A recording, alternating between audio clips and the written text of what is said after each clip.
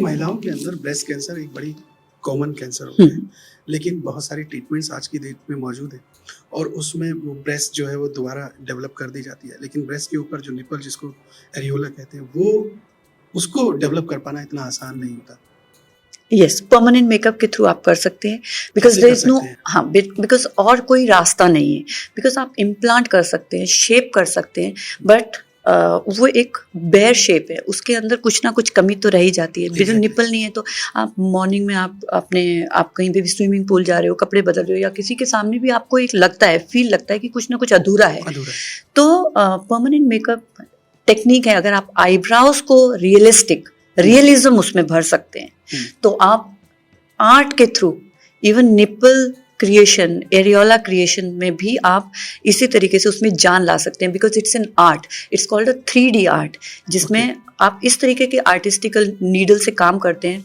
अगर darker skin है तो डार्कर पिगमेंट्स का इस्तेमाल होता है और लाइटर पिगमेंट्स का, और इस तरीके से निपल बनाया जाता है बाहर और अंदर कलर कॉम्बिनेशन करके कि आप सामने वाला आदमी ये पहचान नहीं सकता कि ये रियल है या ये एक्चुअल निपल है।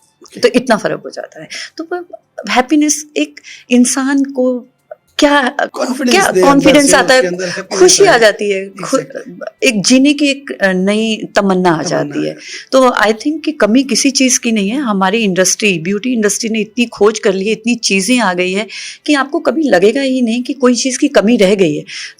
अगर नेचुरली है तो बहुत अच्छी बात है, और नहीं है तो आप लेके आ सकते हैं। मुझे लगता है कि जब हम ब्यूटी एक्सपर्ट के साथ बैठते हैं तो एक गाने की वो लाइन है, आज फिर जीने की तमन्ना है, आज फिर मरने का इरादा। तो मरने का इरादा तो छोड़ दीजिए, बिल्कुल, आज फिर जीने की तमन्ना है और हमेशा जीने की तमन्ना है। हमने देखा है कि प्लास्टिक सर्जरी बड़ा कॉमन हो गया, सेलिब्रिटीज में बहुत सारे लोग कराते हैं।